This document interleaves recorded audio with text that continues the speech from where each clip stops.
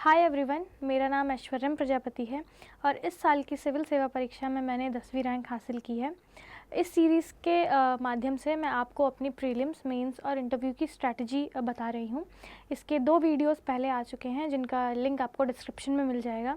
आप वहाँ पर जाकर मेरे प्रीलिम्स की और मेंस की एक डिटेल्ड स्ट्रैटेजी, जहाँ पर मैंने नोट मेकिंग और एग्ज़ाम आंसर राइटिंग इन सब चीज़ों के बारे में बात करी है, आप वो देख सकते हैं। अब हम बात करेंगे इस वीडियो में हम बात करेंगे आंसर राइटिंग के बारे में कि आंसर कैसे लिखना है, प्रैक्टिस कैसे करनी है और कैसे आप एक सेटिस्फैक्ट्री लेवल ऑफ प्रिपरेशन कर सकते हैं आंसर राइटिंग करके, जो कि आपको मेंस में हेल्प करेगा। तो आंसर राइटिंग शुरू करेंगे हम। आंसर राइटिंग बहुत ही पहले तो आपको इम्पोर्टेंस जानने की ज़रूरत है आंसर राइटिंग की।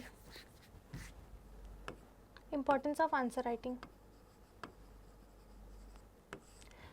जैसा कि आपको पता है कि मेंस का जो पेपर होता है वो डिस्क्रिप्टिव नेचर का होता है, तो इसलिए आपको आंसर राइटिंग प्रैक्टिस करना ज़रूरी है। एक तो टाइम लिमिटेड होता है, आपको 3 घंटे में 20 क्वेश्चंस लिखने होते हैं और एक दिन में 2 पेपर होते हैं।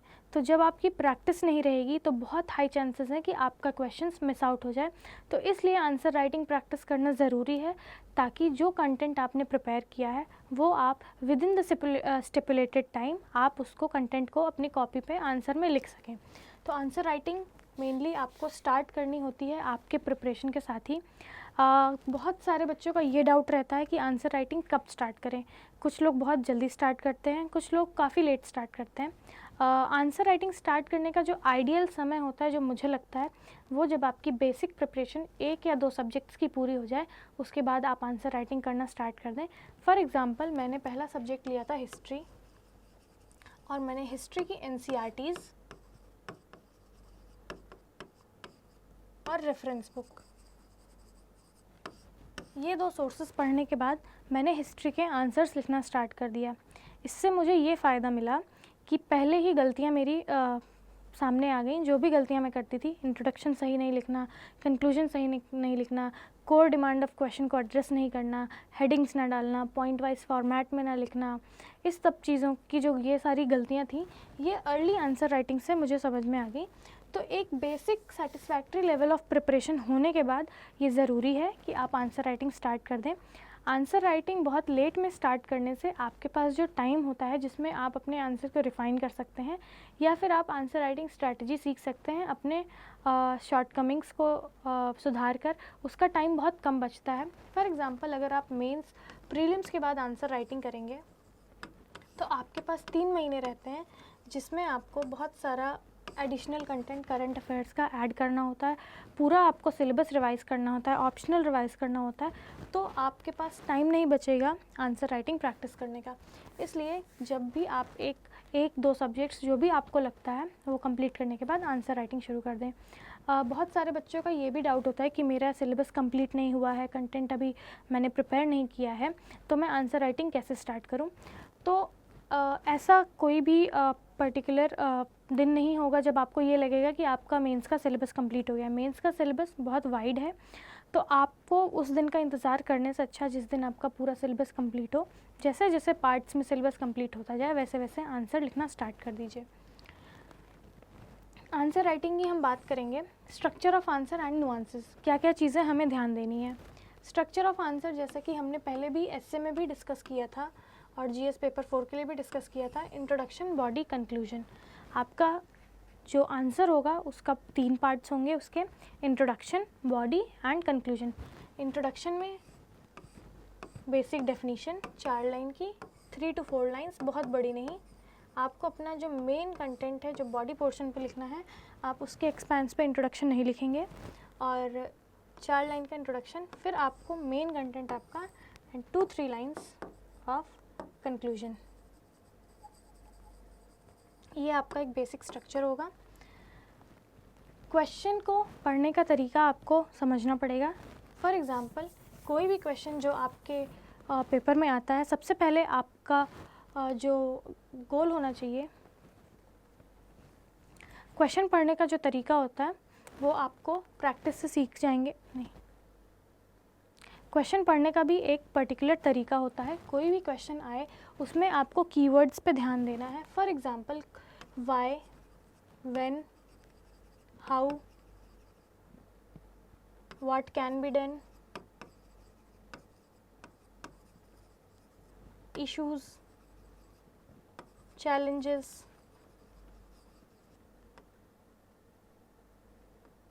way forwards और solutions।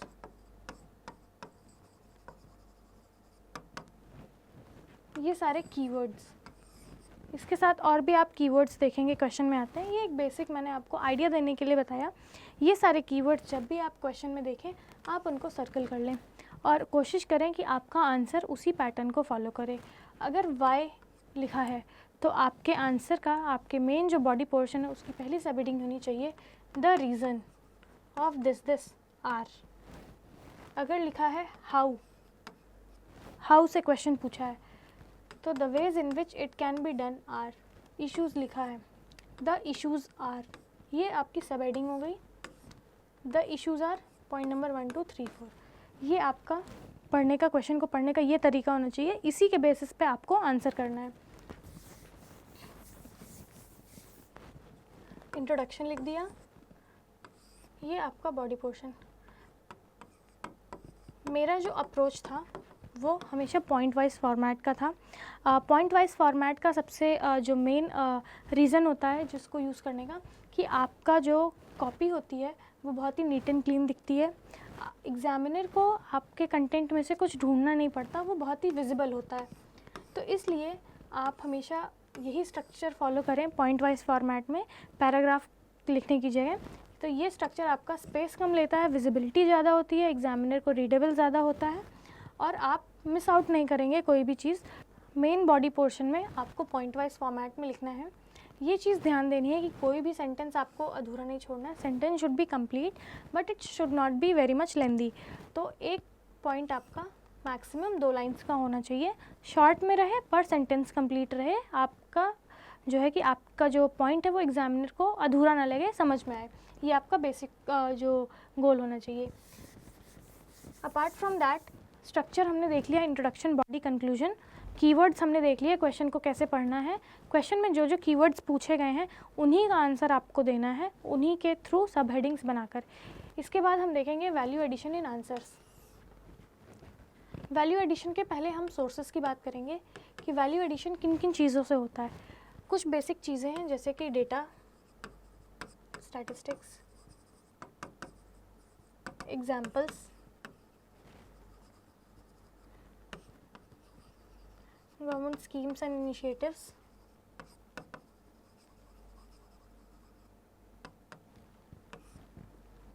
diagrams, maps, flowcharts।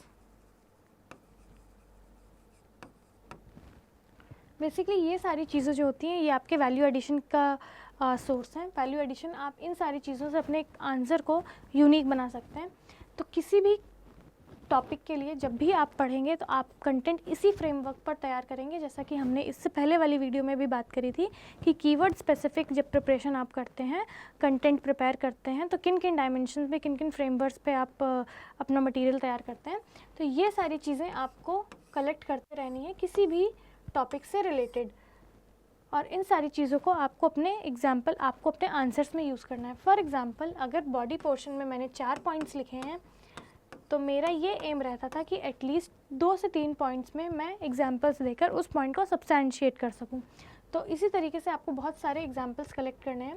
Government की कोई भी स्कीम, कोई भी इनिशिएटिव जो अच्छा परफॉर्म कर रही है किसी भी फील्ड में, वो उसका आप एक लिस्ट बना सकते हैं और अपने क्वेश्चंस में इधर उसको आप कंक्लूजन में इंक्लूड कर सकते हैं या फिर वे फॉरवर्ड में आप उसको इंक्लूड कर सकते हैं। ऐसा ये सारे वैल्यू एडिशन की सोर्सेज।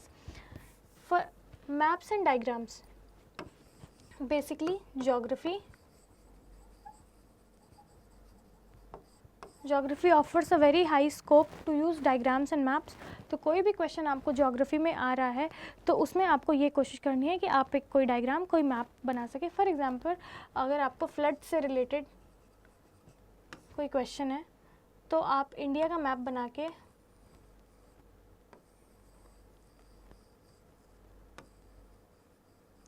ये एरिया आप ऐसे दिखा सकते हैं ये मैं जस्ट ऐसे ही बना रही हूँ, हाईली फ्लड प्रोन एरिया, इस तरीके से आप दिखा सकते हैं। अगर साइक्लोन्स की बात करी गई है तो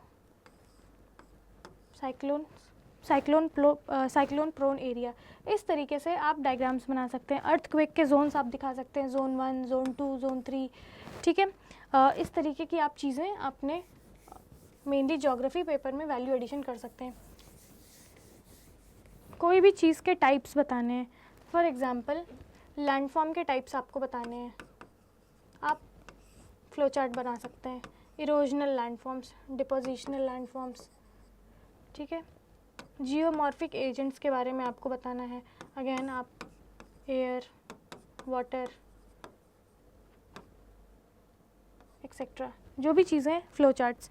तो as per depending on the question, जो भी वैल्यू एडिशन का सोर्स आपको लगता है कि आप यूज़ कर सकते हैं। ज्योग्राफी में maps, diagrams, flow charts, economics में data, for example budget and economic survey का डेटा आप अपने इकोनॉमिक्स के आंसर में बहुत ही रेडिली यूज़ कर सकते हैं। तो ये सारी चीज़ें आपको वैल्यू एडिशन के लिए तैयार रखनी होंगी। मैंने वैल्यू एडिशन का एक अलग से नोटबुक बनाई थी, और उस नोटबुक में मैं ये सारी चीज़ें, डेटा, फैक्ट्स, एग्जांपल्स, ये सारी चीज़ें मैं कलेक्ट करके रखती थी हर एक टॉपिक वाइज। फॉर एग्जांपल की टॉपिक है फूड सिक्योरिटी, तो मेरी डेटा कॉपी में फूड सिक्योरिटी से रिलेटेड डेटा, उससे रिलेटेड एग्जांपल, कोई इनिशिएटिव लिया गया है वो एग्जांपल्स, गवर्नमेंट ने कोई स्कीम लाई है, for example national food security act, PM गरीब कल्याण योजना, इस तरीके की चीज़ें, ऐसी चीज़ें आपको कलेक्ट करके रखनी है, ताकि आप जब भी रिवाइज़ करें उन टॉपिक्स के साथ साथ उनका वैल्यू एडिशन मटेरियल आपके पास रेडी रहे और आप उसको रिवाइज़ कर सकें। डायग्राम्स, मैप्स, ये सब यूज़ करने, डायग्राम्स एंड मैप्स हमेशा बॉक्स में इनक्लोज करें, और प्रॉपर लेबलिंग। इस तरीके से आपको अपनी कॉपी में नीट एंड क्लीन प्रेजेंटेशन करनी है। वैल्यू एडिशन मेनली दो तरीक़ों से होता है, एक presentation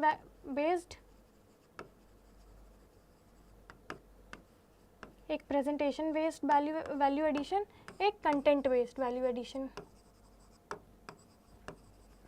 content based value addition में, जैसे मैंने पहले बताया, data, facts, examples,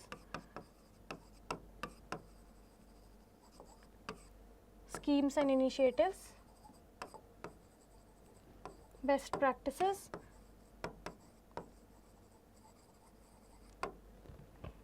presentation based value addition में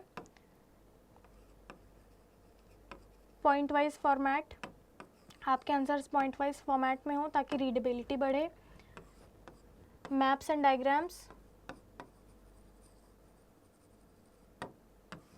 फ्लो चार्ट्स, सब हेडिंग्स। तो इस तरीके से आप दो पार्ट्स में डिवाइड कर सकते हैं, प्रेजेंटेशन बेस्ड वैल्यू एडिशन और content based value addition. Sources of value addition, again newspapers and current affairs magazine. Mostly आपको सारे वैल्यू एडिशन मटेरियल इन दो जगहों पे मिल जाएंगे।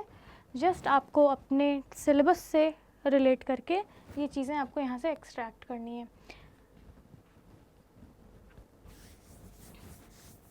सब हेडिंग्स आर इम्पॉर्टेंट। अगर क्वेश्चन आपसे पार्ट्स में पूछा गया है तो आप उसी पार्ट में एड्रेस करेंगे और उस क्वेश्चन का आंसर देंगे उसी पार्ट में, उसी फ्रेमवर्क में जिस क्रोनोलॉजी में सब पार्ट्स पूछे गए हैं। Referring to the toppers copies, again toppers copies बहुत इंपॉर्टेंट हैं आपको ये देखने के लिए कि आपका आंसर का स्ट्रक्चर कैसा होना चाहिए। फॉर एग्जांपल मैंने टॉपर्स कॉपीज़ से क्या सीखा, मैंने सीखा कि अगर मैं सब हेडिंग लिखती हूँ तो अगर मैं उसको ऐसे बॉक्स में इनक्लोज कर देती हूँ तो वो मेरी कॉपी में प्रेजेंटेशन अच्छा दिखता है। फॉर एग्जांपल मैंने यहाँ पर इंट्रोडक्शन लिखा और द रीजंस आर, बॉक्स में इनक्लोज किया, 1 2 3, the initiatives that has been taken are, for example ये second part of the question है जहाँ पूछा गया है कि what are the initiatives which has been taken, तो the initiatives that has been taken are again enclosed in box 1 2 3, यहाँ पर आपका conclusion आ गया, ठीक है। तो ये जो आपका प्रेजेंटेशन है ये मैंने टॉपर्स कॉपी से सीखी, ठीक है। तो इस तरीके से आप बहुत सारे टॉपर्स की कॉपीज़ रेफ़र कर सकते हैं। आप देख सकते हैं कि किस तरीके का प्रेजेंटेशन उन्होंने किया है और उस तरीके का आप अपना प्रैक्टिस में उसको इंक्लूड कर सकते हैं। फॉर एग्जांपल मुझे पता चला टॉपर्स कॉपीज़ पढ़ने पे कि बहुत सारे टॉपर्स ने जिनके बहुत अच्छे मार्क्स आए थे, उन्होंने अपने हर स्टेटमेंट को एक एग्जाम्पल से सब्सटेंशिएट किया, कहीं कहीं उन्होंने डेटा मेंशन किया। तो ये सारी चीज़ें मैंने वैल्यू एडिशन टॉपर्स की कॉपीज़ से सीखा है कैसे करना है। आप भी टॉपर्स की कॉपीज़ रेफ़र कर सकते हैं किसी भी साइट पर और इस तरीके से अपना प्रेजेंटेशन बना सकते हैं और वैल्यू एडिशन का sources of value addition collect कर सकते हैं। आंसर राइटिंग प्रैक्टिस में सबसे जो इम्पॉर्टेंट चीज़ ध्यान देने की बात होती है वो ये होती है कि आपका गोल होना चाहिए सारे क्वेश्चंस को अटेम्प्ट करना। 3 घंटे में 20 क्वेश्चंस लिखने होते हैं और ये बहुत ही चैलेंजिंग है। अगर आपने प्रैक्टिस नहीं की है तो बहुत ही हाई चांस हो जाता है कि आप क्वेश्चन मिस कर दें। तो इसलिए जब भी प्रैक्टिस करें मैं यही सजेस्ट करूँगी। मैंने हमेशा फुल लेंथ टेस्ट लगाए विच वर ऑफ 3 आवर्स। सो मैंने प्रैक्टिस 3 आवर्स वाले टेस्ट करे, फुल लेंथ टेस्ट। इससे आपको एक कॉन्फिडेंस बिल्ड होता है क्योंकि आपको एग्ज़ाम में एट द एंड 3 घंटे का पेपर लिखना है। सो अगर आप 3 घंटे के पेपर की प्रैक्टिस करके जाएंगे तो बहुत अच्छा चांस है कि आपका जो कोई भी क्वेश्चन है वो मिस नहीं होगा। सेकेंड थिंग इज़ कि आप बहुत ही ऑनेस्टली प्रैक्टिस करें। जब आप रूम पर लिखते हैं या फिर फॉर एग्ज़ाम्पल अगर आप कोचिंग में लिख रहे हैं तो वहाँ पर आपको टाइम का लिमिटेशन है 3 घंटे, बट आप अगर घर पे प्रैक्टिस कर रहे हैं, for example I use to practice in my room. So वहाँ पर आपको ऑनेस्टी दिखानी है कि अगर आपको 3 घंटे की जगह 3.5 घंटे लग रहे हैं, सो आपका नेक्स्ट पेपर में आपका ये एम होना चाहिए कि ये आधे घंटे आपको कैसे रिड्यूस करने हैं। जो भी पहला पेपर आप लिखेंगे वो बहुत ही ऑब्वियस है कि आप टाइम पर नहीं कंप्लीट कर पाएंगे। इनिशियल 4-5 पेपर्स मैं भी अपने 3.5 से 4 घंटे में लिखती थी, इवन 4 आवर्स स्ट्रेच हो जाता था। बट धीरे धीरे प्रैक्टिस करने पे ये टाइम कम होता गया and in exam even 5 minutes पहले मेरा one of the GS paper वो 5 मिनट्स पहले हो गया था। तो ये प्रैक्टिस से जो ग्रेजुअल स्पीड इम्प्रूवमेंट होगी वो ग्रेजुअली आएगी। इसीलिए मैंने आंसर राइटिंग थोड़ा सा जल्दी शुरू किया था और आप भी ऐसा कर सकते हैं। प्रैक्टिस इंपॉर्टेंट है आपकी ग्रेजुअल स्पीड बढ़ाने के लिए, ताकि आप 3 घंटे में हर क्वेश्चन एड्रेस कर पाएँ और उसका सही से आंसर लिख पाएँ। एक प्री सेट स्ट्रैटेजी आप बना सकते हैं कि आप 3 घंटे में कैसे पेपर अटेम्प्ट करेंगे। फॉर एग्जांपल 20 क्वेश्चंस होते हैं जीएस 1, 2, 3 में, जिसमें से कि 10 मार्कर्स के 10 क्वेश्चन होते हैं और 15 मार्कर्स के भी 10 क्वेश्चन होते हैं। तो मैंने एक अपनी स्ट्रैटेजी बना ली थी कि मैं 7 मिनट्स यहाँ पर दूंगी, 6 to 7 मिनट्स, और 8 to 9 मिनट्स इस क्वेश्चन को दूंगी। इनिशियली मैं 15 मार्कर्स क्वेश्चन पहले करती थी और 10 मार्कर्स बाद में करती थी, बट एक्चुअल एग्ज़ाम में मैंने सीरीज़ फॉलो की थी शुरू से 10 मार्कर्स 15 मार्कर्स। जैसा भी आपको कंफर्टेबल लगे, जिस भी तरीके से आपको लगे कि आप अटेम्प्ट कर सकते हैं, उस तरीके से एक प्रीसेट आप माइंड में टाइम लेकर चलिए और उसी के अकॉर्डिंग प्रैक्टिस करिए, ताकि आप जब तक आप मेंस लिखने के स्टेज में पहुँचे तब तक आप 6 to 7 मिनट्स में एक अच्छा आंसर लिख सकते हैं। तो टाइम कंस्ट्रेंट बहुत इंपॉर्टेंट है मेंस की आंसर राइटिंग प्रैक्टिस में। अगर आप अपना टाइम को कम करने में और स्पीड बढ़ाने में फोकस नहीं करते हैं तो आंसर राइटिंग का यूज़ और उसका जो रिज़ल्ट होता है वो बहुत ही लिमिटेड रहता है और आपको एक्चुअल रिज़ल्ट जो देना चाहिए वो नहीं देगा। तो बेसिक आपका गोल ये होना चाहिए, आंसर लिखें बट टाइम से लिखें। कितने पेपर्स अटेम्प्ट करने चाहिए ये डिपेंड करता है कि आपको कितनी जल्दी आप आंसर राइटिंग, आंसर का स्ट्रक्चर बनाना सीख जा रहे हैं। तो मैंने बहुत सारे पेपर्स अटेम्प्ट किए थे, मैंने 80 जीएस पेपर्स लगाए थे। ये बहुत ज़्यादा होता है, मेरी 2 साल की प्रिपरेशन थी, तो 2 साल में मैंने 80 जीएस के टेस्ट पेपर्स लगाए थे। सेटिस्फैक्ट्री आप 4-5 ऐसे फुल लेंथ टेस्ट लगा सकते हैं, बट 3 घंटे के, ताकि आपका 3 घंटे का प्रिपरेशन बना रहे।